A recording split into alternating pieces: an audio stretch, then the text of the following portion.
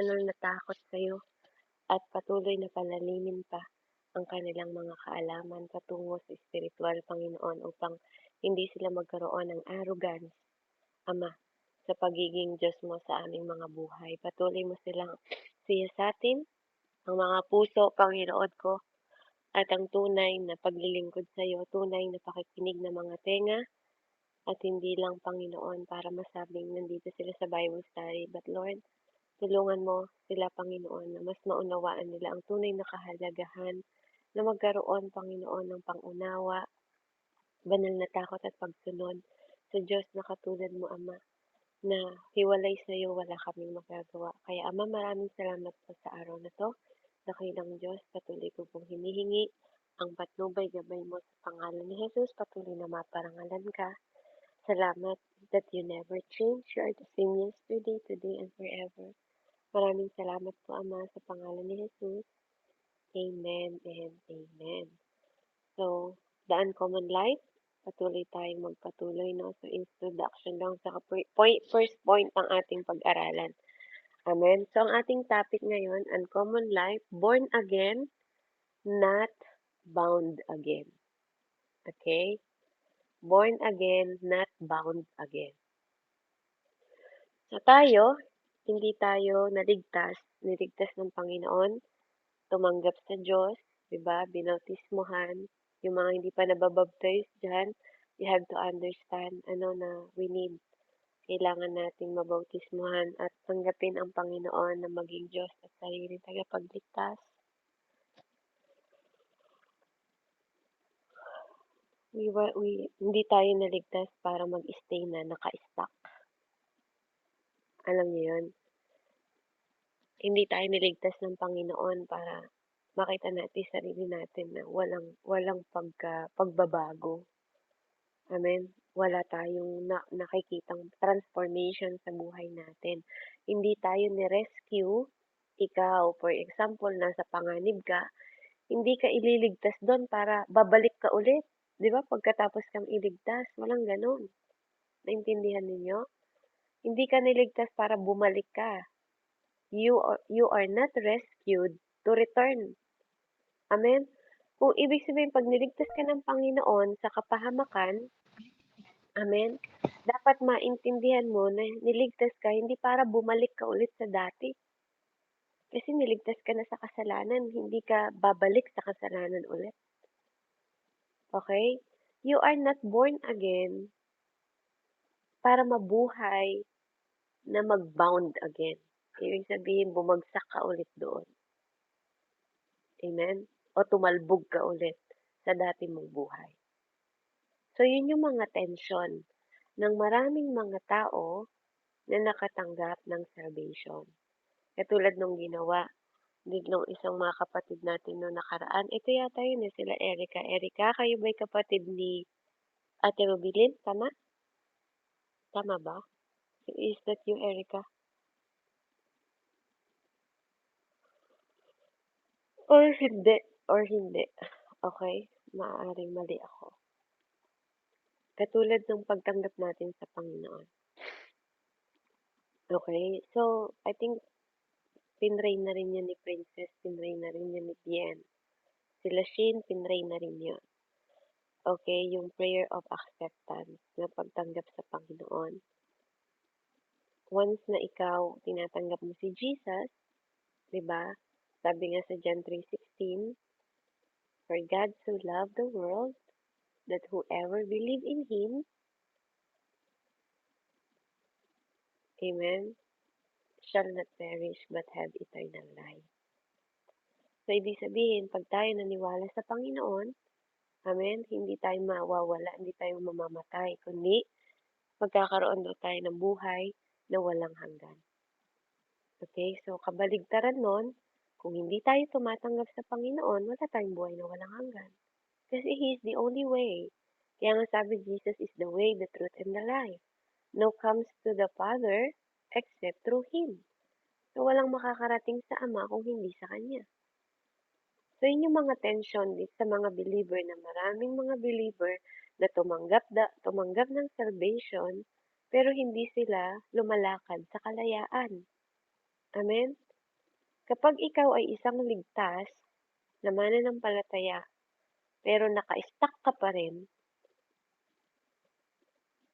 amen, tinatawad, pero para ka pa ring hinahunting, para ka pa ring may kasalanan na hinuhuli, tinawag pero dala-dala mo pa rin yung bigat ng iyong nakaraan o yung nakalipas mo, ang minumulto ka pa rin, 'di ba? Ibig sabihin, hindi ka pa rin malaya. Amen? So, ang kalayaan, hindi 'to automatic. Freedom is not automatic. Pero magiging posible lang ito, yung promises, pero kailangan natin 'tong hanapin, pino-pursue, sinisik. Amen? Katulad ng mga nakaraan natin. Sinisik si Jesus, sinisik ang Panginoon kasi siya lang ang tanging magbibigay sa atin ng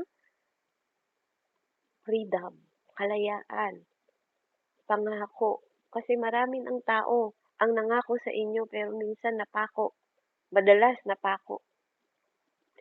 So dito sa kwento, Jesus is speaking, makikita natin, pahanap nga princess, Kayla, pahanap yung John 3, 1 hanggang 6. Okay? So, habang nagsasalita ako, Jesus is speaking. Kung wala kang Bible, you can find to the Google, John 3, then type mo yun, John 3 Tagalog. Then you read 1 hanggang 6. Okay? Dito, nag-i-speak si Nicodemo. Pinaka-high priest to noong panahon nila. Pariseo to, na isang Jewish na nagro-rule. Pinaka-high siya. Nagro-rule at nagka-council. Siya yung tinatawag na Sanhedrin. Okay? Ibig sabihin, nung panahon na yon, nagkaroon siya ng private night time. Nakipag-meeting siya. Amen? Nag-take risk siya para makausap si Jesus kasi sobrang siyang curious. Genius siya pero nagko-curious siya about kay Jesus. Amen? Ito yung tagapagturo. Tinatawag silang mga pari nung panahon na yon. Okay? So, basahin mo nga, Princess. John 3, 1 hanggang 6.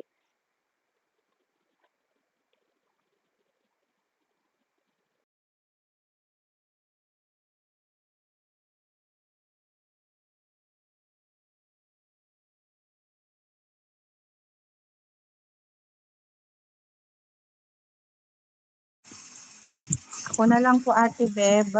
Pwede Yes. po ba? Sige po. Para marinig rin po nitong mga bata. Pakihinaan yan, Carl, para marinig tong ano. Amen. Sabi po dito, may isang pareseyo na nangangalang Nicodemo na pinuno ng mga Hudyo. Isang gabi, pumunta siya kay Jesus at sinabi, Rabbi, nalalaman po namin kayo'y isang tagapagturong mula sa Diyos, sapagkat walang makakagawa ng mga himalang ginagawa ninyo kung wala sa inyo ang Diyos. Sumagot si Jesus, tandaan mo ang sinasabi kong ito. Malibang ipanganak na muli ang isang tao, hindi niya makikita ang paghahari ng Diyos. Paanong maipapanganak pang muli ang isang taong matanda na? Makakapasok pa ba siya sa sinapupunan ng kanyang ina para muling ipanganak? Tanong ni Nicodemo.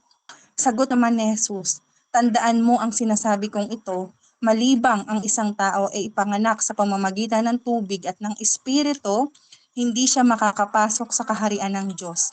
Ang taong ipinanganak sa laman ay sa laman at ang ipinanganak sa espiritu ay sa espiritu. Amen po Ate Beb.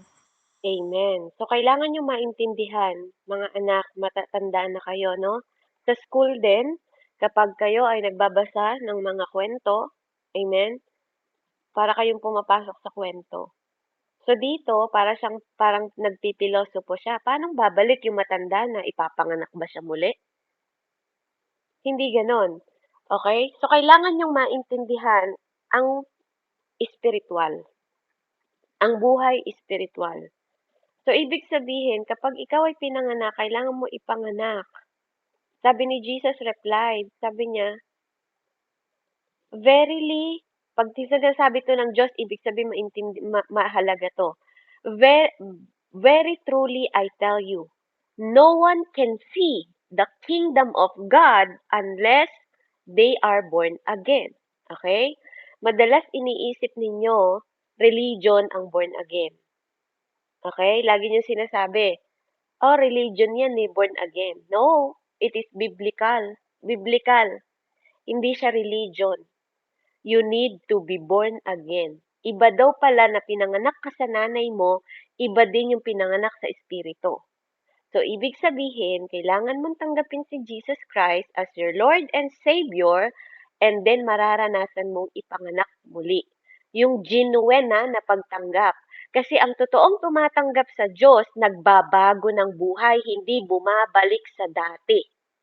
Okay?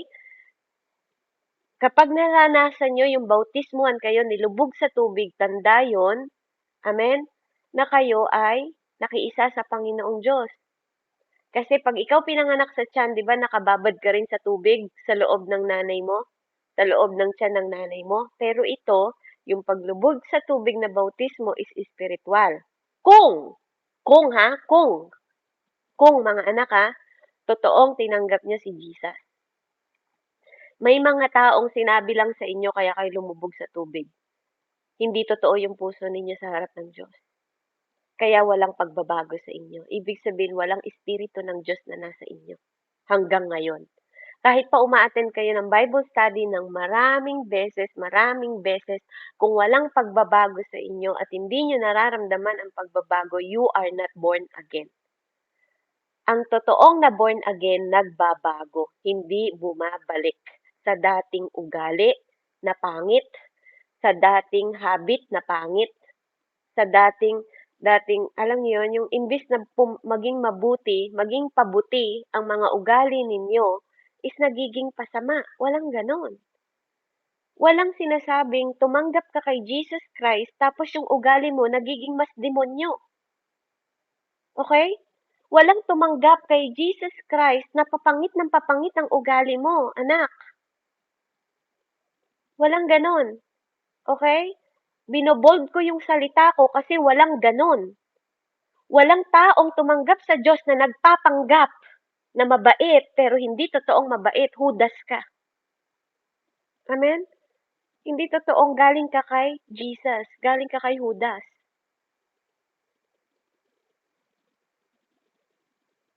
And sabi ni Jesus dito, verily I truly tell you, diba, unless maborn again ka, kasi ang totoong maborn again, pinanganak ka sa Espiritu.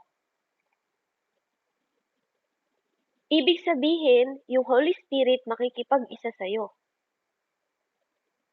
Pumapasok siya sa loob ng spirit mo. Pumapasok siya sa loob ng spirito mo. Pag-aaralan natin to, pinapaunawa ko lang sa inyo. Unti-unti para maunawaan ninyo. Nakikipag-isa ang Holy Spirit Princess sa espiritu mo. In that way, nagkakaroon tayo ng conviction. Kapag mali na ginagawa mo, nagkakaroon ka ng conviction. Okay? Katulad nitong si Nicodemus, maraming mga Diyos noon ang naniniwala sa lineage nila, sa kanilang mga lahi at sa mga law, sa mga batas, na yung mga batas ang nagbibigay sa kanila ng daan para sa righteousness o sa katuwiran. Pero si Jesus, binaligtad yung thinking niya. Amen? So, sinabi sa kanya, bago makapasok ang isang tao sa kingdom ng Diyos, sa kaharian ng Diyos, may requirement ito na kailangan niyang magkaroon ng spiritual rebirth. Kailangan niyang ipanganak sa espiritu, not sa heritage o sa behavior. Okay? Ang pinanganak sa banal na espiritu, hindi pakitang tao. It's not about moral attitude. Okay? Maraming mga pakitang taong mabait pero demonyo sa loob. It's not moral. It's not moral. Hindi ka kayang iligtas ng mabubuting gawa natin. Hindi to pakitang tao na mabait ka lang sa taong mabait sa'yo. Kaya ito yung nagsha-shock. Ito yung shock factor sa mga mananampalataya na mga Jews noon. Kasi nag-a-assume sila na they are part ng Israel, kaya guarantee na mai-inherit nila o magiging tagapagmana sila ng kingdom inheritance ng Panginoon. Pero si Jesus, ang sabi niya dito, kinumpront niya, amen, si Nicodemo. At parang pinapaunawa niya yung tinatawag na revolutionary. So yung key word ng study ng Greek sa born again means, amen, ito yung meaning, ang born again is or bigaten na tinatawag. Na tinatawag sa Greek na yebnion. Okay? Tinatranslate ito sa meaning na from above. So, ibig sabihin, pag ikaw na born again, you are from above. Galing ka sa langit, hindi ka galing sa tiyan ng nanay mo. Kaya spiritual ang tawag dito. Okay? Tinatranslate ito that you are meaning you are born from above. Ini-indicate na ibig sabihin divine o may banal. Banal na pagkasilang. Jesus is not saying na mag-start over ka. He is saying you need to birth. Kailangan mong ipanganak from God. Okay? Para malinaw sa inyo. Kailangan mong ipanganak sa Diyos. Kasi, sabi sa Bible, God is a spirit. Amen? So, God is a spirit. You need to be born again. Nang ibig sabihin, you need to born from above. Okay? Kaya pinapaliwanag niya dito na iba ang pinanganak sa tiyan ng nanay mo at iba ang pinanganak sa from above. Which is we call born again, not religion. Born again. Sinilang muli. Kaya nagbabago ang ugali ng totoong sinilang ulit. Para siyang bata. Mararamdaman mo lang ang manifestation nito kung totoong tinanggap mo ang Diyos sa buhay mo. Kaya mo makikita yung pagbabago. Kaya see. You have to see. Ibig sabihin, yung tinatawag na idiin. Sa Greek word, hindi lang to na ibig sabihin not just physical sight, but to perceive, to understand, and to experience. Hinahanap-hanap mo to. Kaya yung iba, kaya yung mga nanay ninyo, naghahanap sa Panginoon. Bakit sila kailangang maglingkod sa Diyos habang pinapalaki kayo? Kasi yun yung totoong mga na-born again. Naglilingkod. Hindi tumatalikod. Okay? Nagpapatama. Hindi may tama. May tama sa drugs, may tama sa alak, may tama sa marijuana, may tama sa kung saang tama. Amen? So to be born again is not denomination term. It's divine transformation. Okay? Ang ibig sabihin ng born again, ito ay transformation, divine, banal na pagbabago kung naniniwala kayo. It's God doing in us. Siya ang tumatrabaho sa loob ng katawan mo. Siya ang tumatrabaho. Yung Holy Spirit ang tumatrabaho sa'yo. Para hindi natin magawa yung mga bagay na dati nating ginagawa. Kaya dito, kailangan nyo maintindihan yung replacing dead religion with living relationship. Nire-replace nito yung mga patay, yung mga tao na magsisimba lang, pagkasimba lalabas. Magbubutas lang ng bangkuan sa church, then lalabas. Pero paglabas, wala namang pagbabago ang buhay. That's not the living relationship.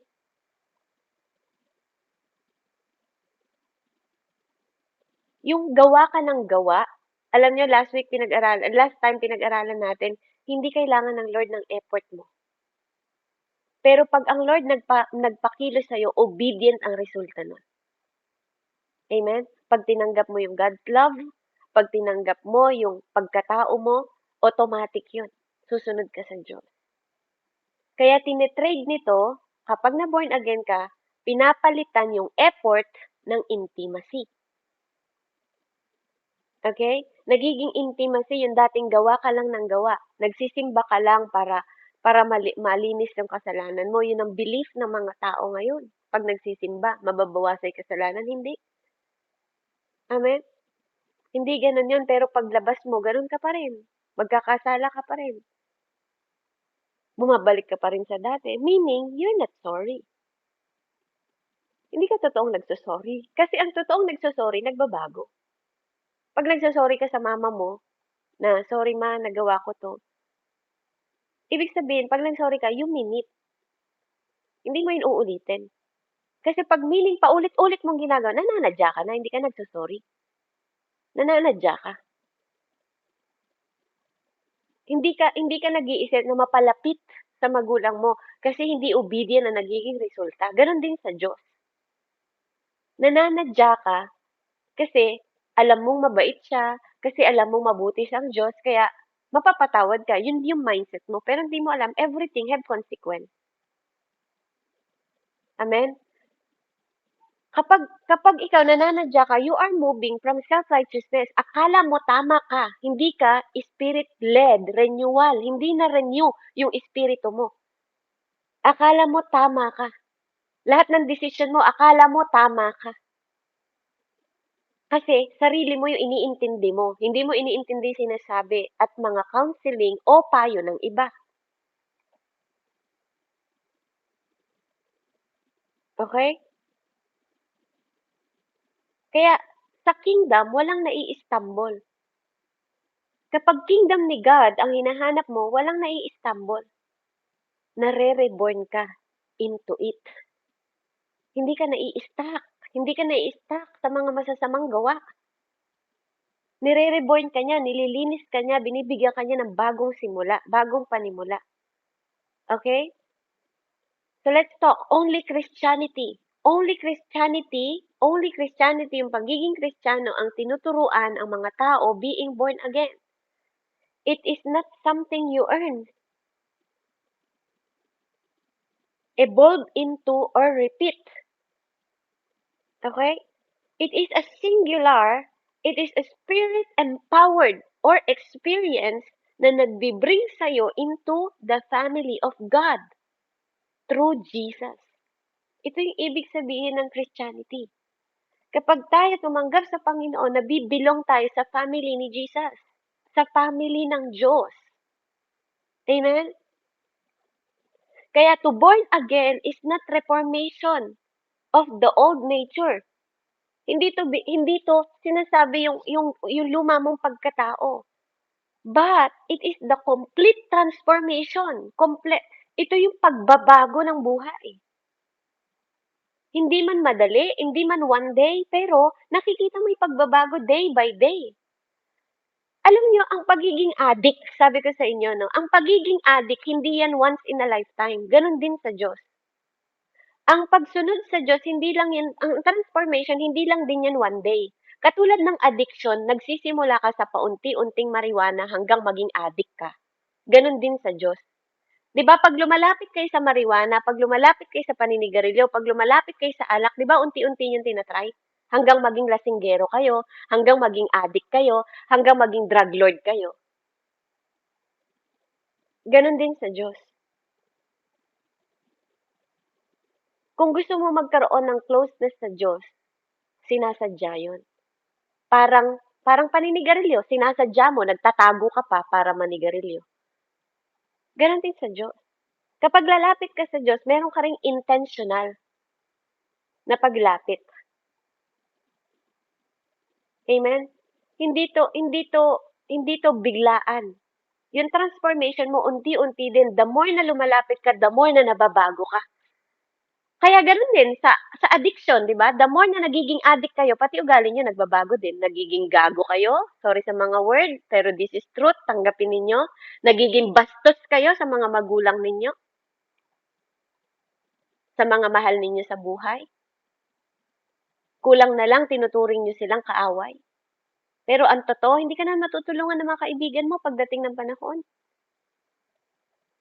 Hindi ka matutulungan ng kaibigan mo.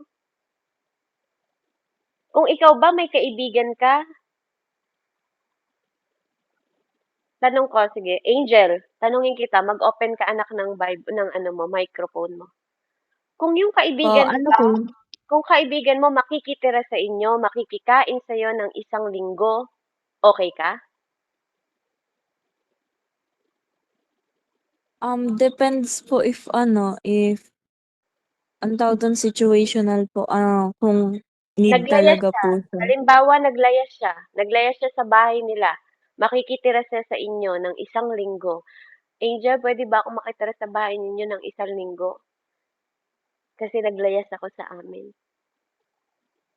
Dapat dapat po kasi ano po, eh, makipag-communicate po muna siya dun sa ano niya, sa family po niya. Pero if hindi naman po siya nadadaan ng communication, puwede ko naman po muna siya patirahin pansamantala. Okay. Pinatira mo siya pansamantala, Angel. Okay? This is reality, okay? This is reality, pansamantala. 1 linggo na siyang nakatira sa inyo, Angel. Sabi niya, sasabihin ng kaibigan mo, Angel, pwede bang 1 buwan akong tumira dito? Angel, papayag ka ba? Opo, puwede din naman po. And yung magulang mo? Pakakainin niyo siya, ano, alam mo yun? Para tapos wala siyang ginagawa, nakaupo lang siya sa kwarto, Oh, nakakulong lang lagi sa kwarto mo, tas pinapakain mo. Are you okay with that? no po, hindi po. Okay? Nakita niyo? Ikaw, Princess Kyla, how long will you tolerate yung kaibigan mo kapag gano'n, na Para nakatira sa inyo tapos nakaupo lang, walang ginagawa, 'di ba? Humihingi lang sa inyo ng pera, pera pa, hihingi pa ng pera tapos pinapakain niyo pa. Is that okay? para po sa'kin nung 1 week pa lang po, sa loob pa lang po ng 1 week na yun, dun pa lang po paparating ko na sa kanya at yung ano, yung pagiging bad side po 'no, kasi pamilya mo pa din po yun kahit ano man po yung pinagdaanan, ipaparating ko po sa kanya na kailangan niya bumalik kung saan siya nagmula, which is doon sa family niya, na hindi siya dapat na maging gano'n lang. Kaya hindi ko na po papatagalin pa, papaabutin pa ng 1 buwan, dun pa lang po sa 1 week gagawin ko na po yung makakaya ko para makausap siya ng maayos po. Amen. So that's a good friend, okay? Papayuhan ka na maganda. Kung may kaibigan kayo na tino-tolerate kayo, that's not friend. Bien, how long will you accept your friend pakakainin mo? Ikaw nga, kulang na nga eh, patitirahin mo daw sa bahay. Are you okay with that, Bien? Tapos Hindi nakikita mo ma, siya, naninigarilyo pa siya, tapos eh may bisyo pa siya. Is that okay with you? hindi ma. Nakita ninyo? Hindi okay. Hindi siya okay. Everything have limitation. So do you think sa mga magulang nyo, okay kami na makita kayo? Na sinisira ninyo yung buhay ninyo? Do you think, kaibigan nga eh, di ba? This is reality. Kailangan nyo lang mag-wake up. This is wake up call sa inyo mga kabataan. Walang kaibigan, napapakainin lang kayo. Walang kaibigan na tatagal, na sustentuhan kayo nang walang ginagawa. Kahit saan kayo pumunta, there is a rule in every house. May rule sa bawat tahanan. Amen? Even sa tahanan ng Diyos, mga anak, may rule. Sa tahanan ng Diyos, kung hindi ka magtatrabaho, hindi ka kakain. Sabi di ba, huwag pakainin ng tamad. Sabi, may rule din ng Panginoon. Amen? Pag hindi tayo gumagawa ng tama, may rule din ang Diyos. May parusa tayo. Naintindihan niyo? Pag hindi tama ang ginagawa natin, mayroong consequence lahat ng ginagawa natin. Kaya nga sabi ni Lord, kung anong tinanim, siyang aanihin. Kung nag-a-addict ka ngayon, huwag kang mag-expect na magandang kinabukasan mo bukas. Amen? Pero kung gumagawa ka ng tama ngayon, nag-aaral kang mabuti, sisiguraduhin ng Panginoon sa'yo, di ba, na magandang kinabukasan mo. Gagraduate ka, tutungtong ka sa stage, pararangalan mo hindi lang yung sarili mo, kundi yung nanay mo na naghirap, na nagtiis, nagsikap. Amen? Ang totoong mabuting anak, pinapasaya ang mga magulang. Ang mabuting anak, hindi pasakit sa magulang. Ang mabuting anak, sumusunod sa magulang. Ganon din sa Diyos, mga anak. Ang mabuting anak, pinapangiti natin ang Diyos kasi ginagawa natin yung tama, mabuti, kasiya-siya, at kalugod-lugod sa mata ng Diyos. Ganon yung mga na-born again. Hindi ka nababound again. Amen?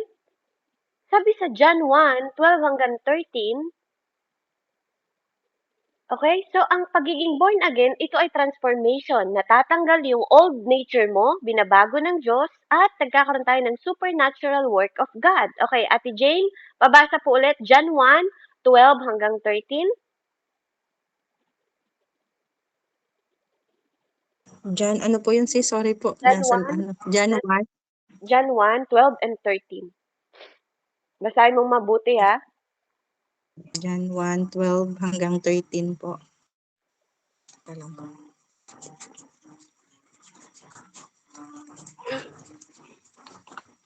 13. Amen. Sabi po dito, sila ay naging mga anak ng Diyos, hindi dahil sa isinilang sila ayon sa kalikasan o sa kagustuhan o sa kagagawa ng tao, kundi ayon sa kalooban ng Diyos. Amen po, sis. 13 po. Ang ganda na yun. Apo, 13 lang po, sis. 12 hanggang 13 po. 12 po, pasensya na po. Sabi po dito, mag-start po ako sa 12. Subalit ang lahat ng tumanggap at sumampalataya sa kanya ay binigyan niya ng karapatang maging mga anak ng Diyos. Sila ay naging mga anak ng Diyos hindi dahil sa isinilang sila ayon sa kalikasan o sa kagustuhan o sa kagagawa ng tao, kundi ayon sa kalooban ng Diyos. Amen po. Amen. Malinaw to Carla. ha. Yet, to all who did receive Him, ibig sabihin kay Jesus Christ, lahat ng tumanggap kay Jesus Christ, to those who believe in His name, He gave the right to become children of God. Sabi ng mga tao sa mundo, anak daw tayo lahat ng Diyos. No, no, no, no. Okay? Lahat tayo nilalang ng Diyos, but not lahat anak ng Diyos. Malinaw dito. Yet to all who did receive. Basahin ninyo ha, John 1:12-13. Hindi lahat anak ng Diyos. Lahat nilalang ng Diyos, but not lahat anak ng Diyos. Only to all who did receive Him. Sa lahat ng tumatanggap sa Kanya. Okay? Malinaw yon. You are studying. You know what is the difference. Lahat ng tumatanggap lang sa Kanya at naniniwala sa Kanya ang may karapatan. He gave the right to become children of God. Okay? So tanggalin ninyo yung paniniwala ninyo that's not true na lahat ay anak ng Diyos. No, no, no. Verse 13, children born not of natural descent. Hindi pinanganak ka sa nanay mo, princess. Hindi sa natural. Nor, sabi niya, of human decision, hindi sa desisyon ng tao, or husband's will, but born of God. Ang linaw nito. You are all teenagers here. Naiintindihan niyo sinasabi ko. Pinanganak, hindi desisyon ng tao, but desisyon ng Diyos. Kaya ang born again, mga anak, hindi reliyon. But you need to understand na nasa biblical to, Bible ito. You need to born from God. Kaya being born again is the one of most powerful and essential truth in Christianity. Hindi lang ito labas-pasok na nagiging religious ka lang. Labas-pasok sa simbahan. Labas-pasok sa simbahan. Pero yung nature ni God, hindi nagiging nature mo. Even yung name niya, hindi nakikita sa'yo. Kasi ang totoong naboborn again, puro kabutihan ang nakikita sa'yo. Hindi dito dinidescribe yung pagiging religious experience mo. Na kapag simbang gabi, pasok ka ng pasok. Amen? Pero gabi-gabi ka rin naman sa inuman. Ang dinidefine dito yung spiritual transformation na nag-shift into your identity. Yung identity mo, yung pagkatao mo. Yung pagkakakilala mo sa sarili mo, hindi mo ini-standard sa mundo, princess, kundi sa Diyos. Dahil siya'y tumawag sa'yo. Hindi mo itini-standard at kinukumpara bien sa ibang mga kabataan katulad mo. Kasi ang standard mo is sa identity ni God. Amen? Nire-restore nito yung relationship with God. Ang born again, nire-restore niya yung relationship mo sa Diyos. Nire-redirect niya yung buhay mo. Kung dati ka na mabarkada sa masasama, dati kang manginginom, dati ka nagiging addict, di ba? Binabago ng Diyos. Kung paano niya yun ginagawa, siya nang bahala doon. Problema niya yun, hindi natin problema. Okay? But ang only problema mo is magkaroon ka ng banal na takot sa Diyos at sumunod. That is the only thing. Sabi sa Ecclesiastes 12:13, ang buong katungkulan ng tao ay sumunod at matakot sa Diyos. Kung matalino ka, matatakot tayo sa Diyos. So the big question, why we need to be born again? Yun yung tanong ninyo. This is not religion. Bakit kailangan pala natin maging born again? Bakit kailangan natin isilang muli? Number one, because our first birth left us spiritual death. Okay? Yung first birth natin, yung pag-aanak ko kay Bien, nung una pa lang na pinanganak ko sa Bien, mayroon na siyang kasalanan. Kahit wala pa siyang kasalanan, dahil namana natin kay Eva at Adan. Okay? Pinanganak pa lang tayo, meron na tayong minanang kasalanan. Because, kaya kailangan nating maborn again. Kasi kung hindi tayo makakapasok. Sabi doon, because we cannot enter to the God's kingdom as we are. Sabi kanina, binasa natin sa John 3. Di ba? Sa John 3, nakita ninyo yung binasa natin nung una sa 1 to 6.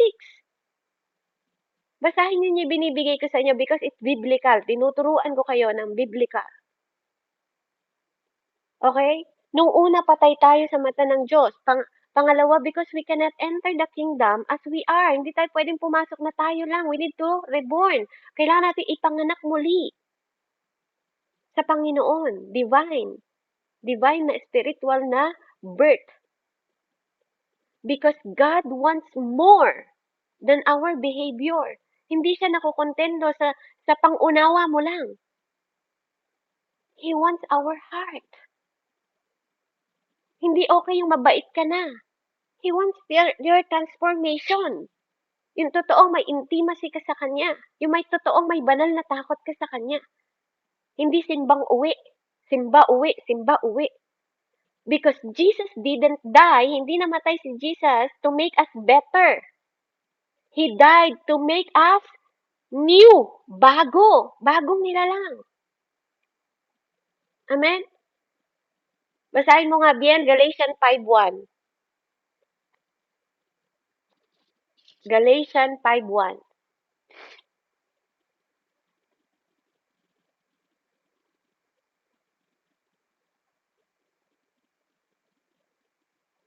Galatians 5:1. Yeah. Ang kahalagahan ng pagpapanatili ng kalayaang kaloob ni Kristo na nagpapalaya sa atin mula sa bigat ng kasalanan at legalismo. Okay. It is for freedom. It is for freedom, sabi niya, that Christ has sent us free. So, ang Diyos ang nagpapalaya sa atin. To stand firm.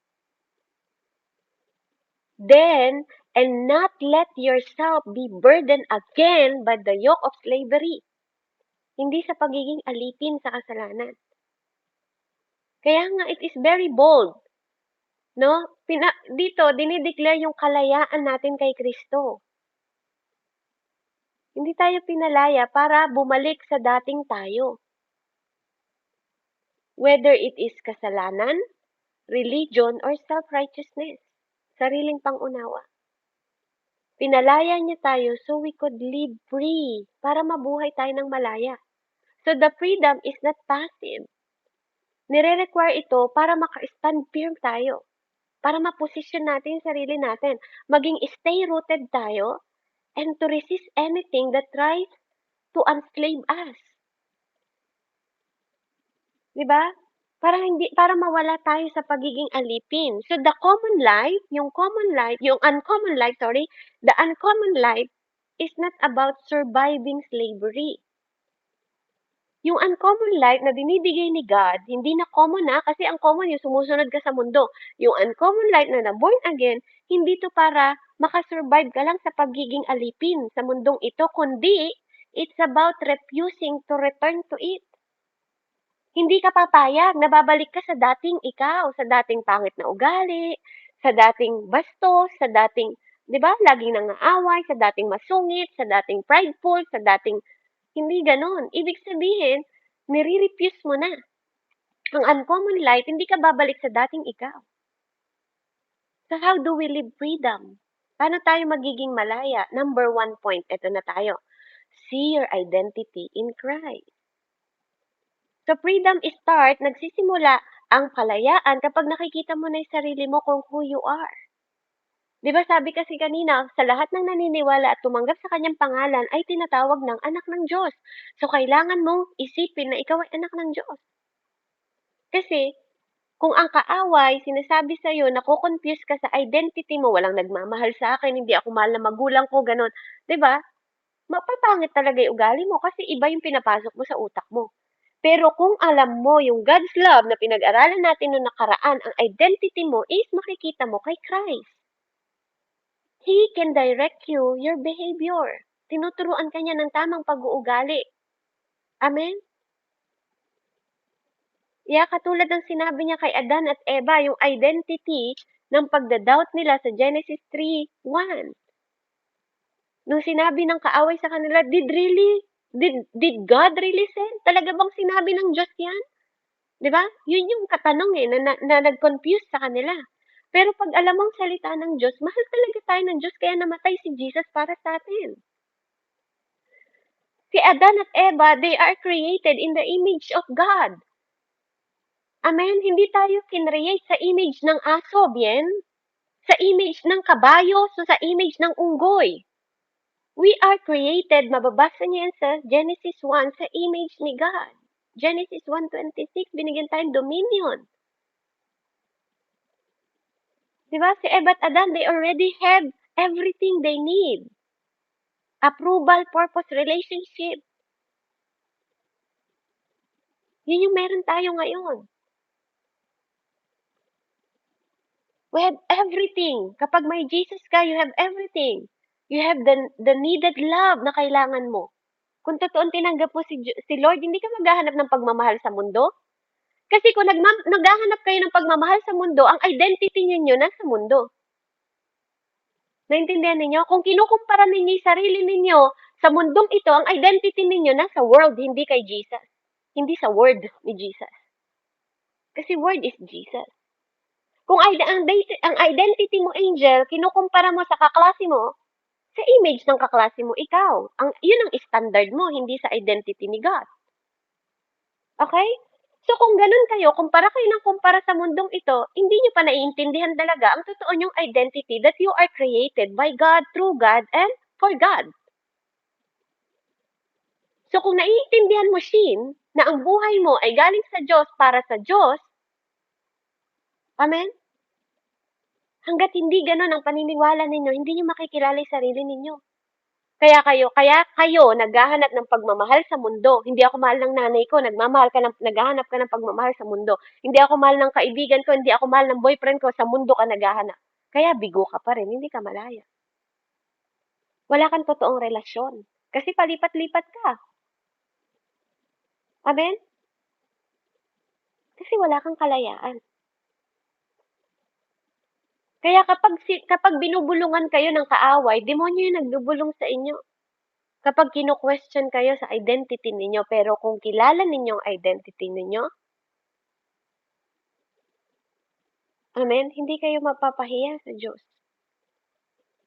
Kaya sabi nung ahas sa kanila, anong ginawa nung ahas nung kinain nila yung bunga ng puno doon sa Garden of Eden? Nagbigay ng kahihiyan sa kanila.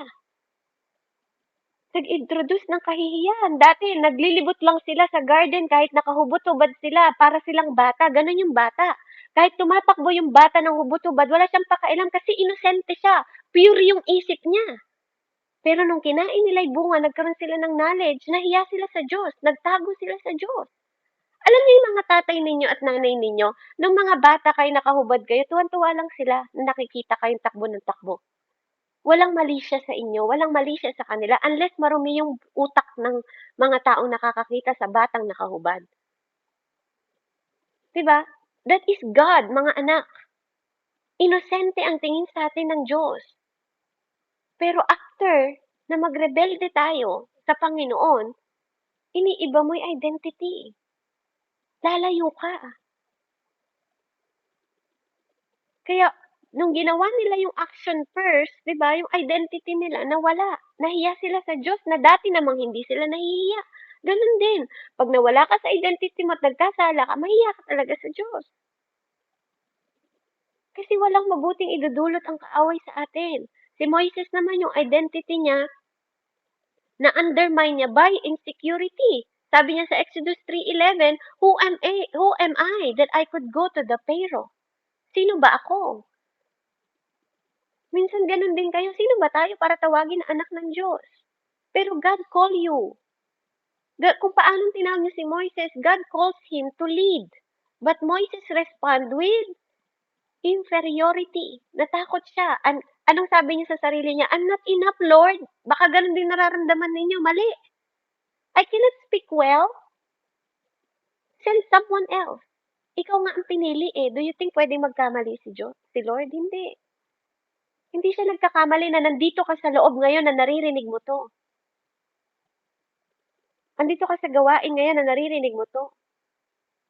Moises, hindi siya na-bound sa Egypt. Na-bound siya dahil sa self-perspection niya. Minsan hindi naman tayo nababound sa pagsubok natin. Nababound tayo, nagkakaroon tayo ng failure kasi hindi tayo naniniwala sa sarili natin, sa kayang gawin natin. Minamaliit natin yung sarili natin, yun yung tinatatak natin sa utak natin. See yourself as the identity ng Lord. Amen? So Peter din, si Peter, ni-rebuild siya after failure. 'Di ba? Sa Luke 22:61-62. Dininay niya si Jesus ng 3 beses. Nag-breakdown siya. Ano nangyari sa kanya? Nagkaroon siya ng kahihiyan na nag-define sa kanya. Yung guilt niya na nag-crush sa kanya. Pero si Jesus, ni-restore siya sa John 21. Not by reminding him his failure, but reminding him his calling. Feed my sheep. Sabi niya, Peter, mahal mo ba ako? Feed my sheep. Diba? Kasi tinawag siyang maging apostol. So Jesus did not just forgive Peter in action, but he reaffirmed Peter's identity. Amen? Binuild niya ulit, ni-return niya si Peter sa dating calling niya. So ano yung encouragement sa atin? You are not mistake. Kung nagkamali ka man ngayon, huwag ka namang manatili sa pagkakamali. Merong pagkakataon, hanggat buhay tayo, may pagkakataon. Huwag kang matroma. You are not your addiction. You are not your shame. Hindi ka ang kahihiyan mo. Hindi ka dinidefine as addict. Hindi ka dinidefine as kahihiyan. You are new. Bago ka kung tatanggapin mo si Jesus. You are His. And you are free. Uulitin ko. You are new. Bago kang nilalang. You are His. Sa Kanya ka. At ikaw ay malaya dahil sa Kanya. Until you believe that. Hanggat sumiksik yan sa utak ninyo. And you keep answering to the name, Jesus never gave you. Kailangan yung itatak sa utak nyo. The enemy does not need to destroy you. He just need you to doubt who you are. Hindi ka kayang i-destroy ng kaaway unless mapaniwala ka niya na magduda ka na anak ka ng Diyos. Pero you have to believe the word of God, mga anak, katulad ng binasa natin. Kung kayo ay naniniwala kay Jesus, kung kayo ay tumanggap sa pangalan ni Jesus na sarili niyong Diyos at tagapagligtas, you are a child of God. That's your identity. At kung ikaw ay child of God, malaya ka. Malaya ka sa kasalanan. Hindi ka pabalik-balik sa kasalanan. Nakatulad dati. Nire-refuse mo ang kasalanan. So ano pwede natin maging reflection dito? Saang banda nagwi-whisper yung kaaway sa inyo ngayon? Kung sino ka? Anong kasinungalingan na sinasabi ng kaaway sa'yo? Amen? Sa tuwing gumagawa ka ng tama.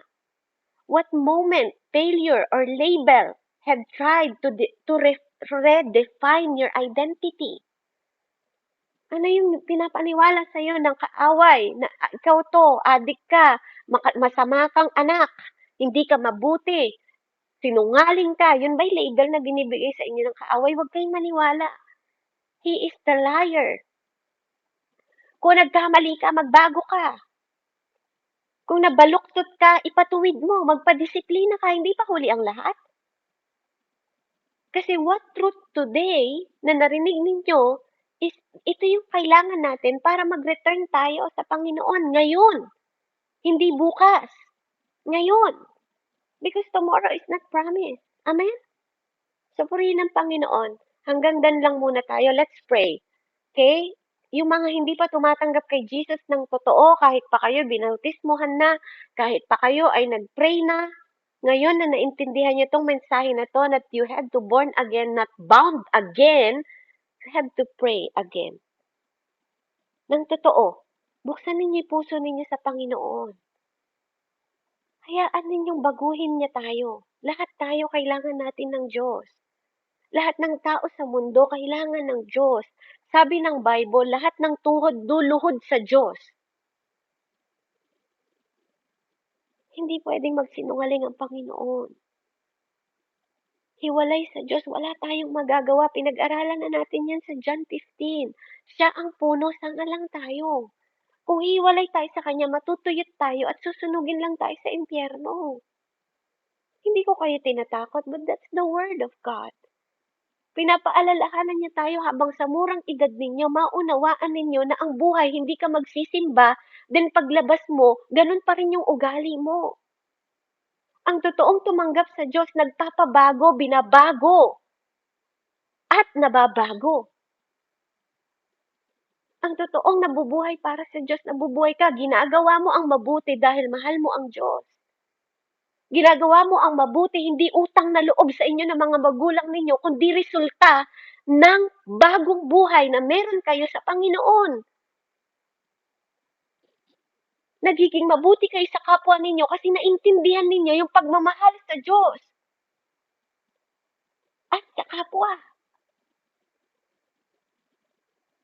Hindi para bumalik sa dating kayo.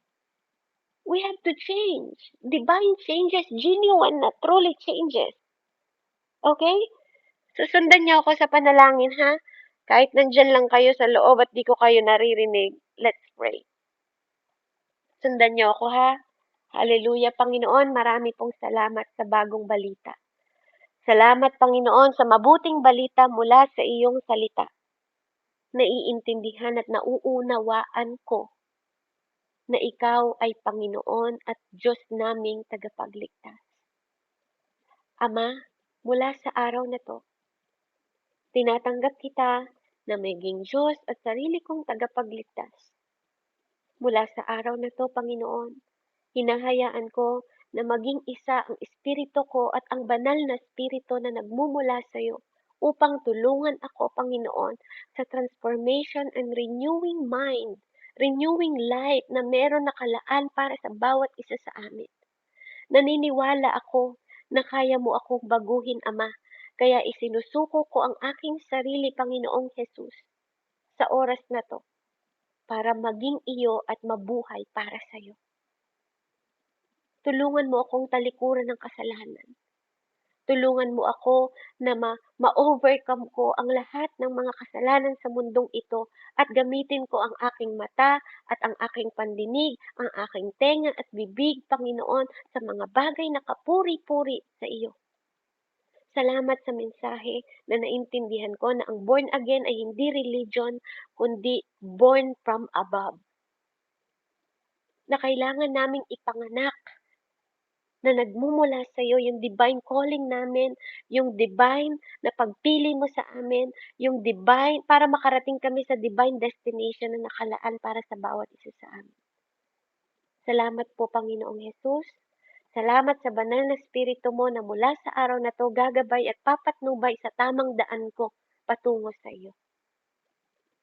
Salamat, Panginoon, sa buhay na walang hanggan. Salamat sa mabuting balita mo. Salamat sa kaligtasan, sa kalayaan. Salamat, Panginoon, sa pangalan ni Jesus. Ito po ang aming samot dalangin sa ngalan ng Ama, Anak at Espiritu Santo. Amen and amen. So, praise the Lord. Purihin ang Panginoon. Ayan, glory to God. Anyone na gustong mag-share? What can you understand? Meron ka bang naintindihan, Princess Kyla, sa mensahe natin na dating hindi mo Yes. alam? Yes po, yung yung pagiging born again. Kasi aside po from being physically born mula sa ating parents, sa magulang, being born again is para po sa'kin sino-surrender natin sarili natin kay God, na magkakaroon po tayo ng spiritual growth para naging born again tayo tapos para po siyang ito yung magga-guide sa'tin para mapalapit pa mismo kay God. And yun lang po, amen. Amen. Praise God. Bien? Ano po, hindi po sapat yung pagiging religious o kaya paggawa ng mabuting bagay para maligtas. Kailangan po natin ng personal na relationship kay God. Yun lang po. Amen. Praise God. How about Angel?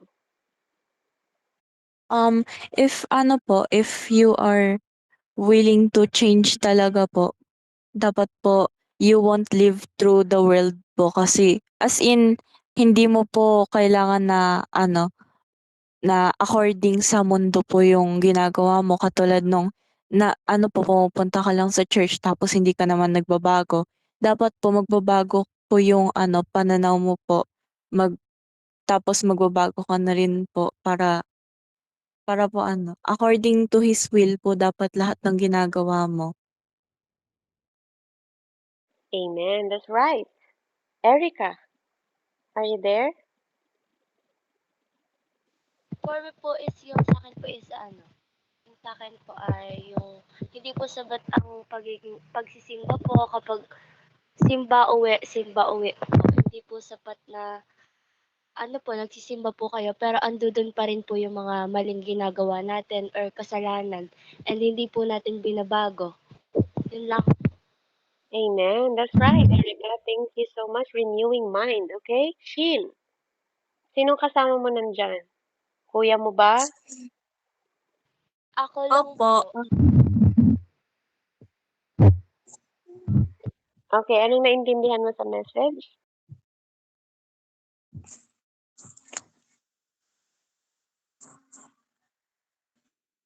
Ang natutunan ko po ay hindi tayo naligtas para manatili sa kasalanan o bumalik sa dati nating buhay na makasalanan. Kaya po tayo niligtas para mabuhay para na sa Diyos, yung hindi na tayo mabubuhay sa mga gusto natin, kundi mabubuhay na tayo sa may bagong buhay na binago ng Diyos. At ang totoong tumanggap kay Jesus, mararanasan yung totoong pagbabago ng buhay at magkaroon po ng banal na takot sa Diyos para hindi po tayo makagawa ng kasalanan.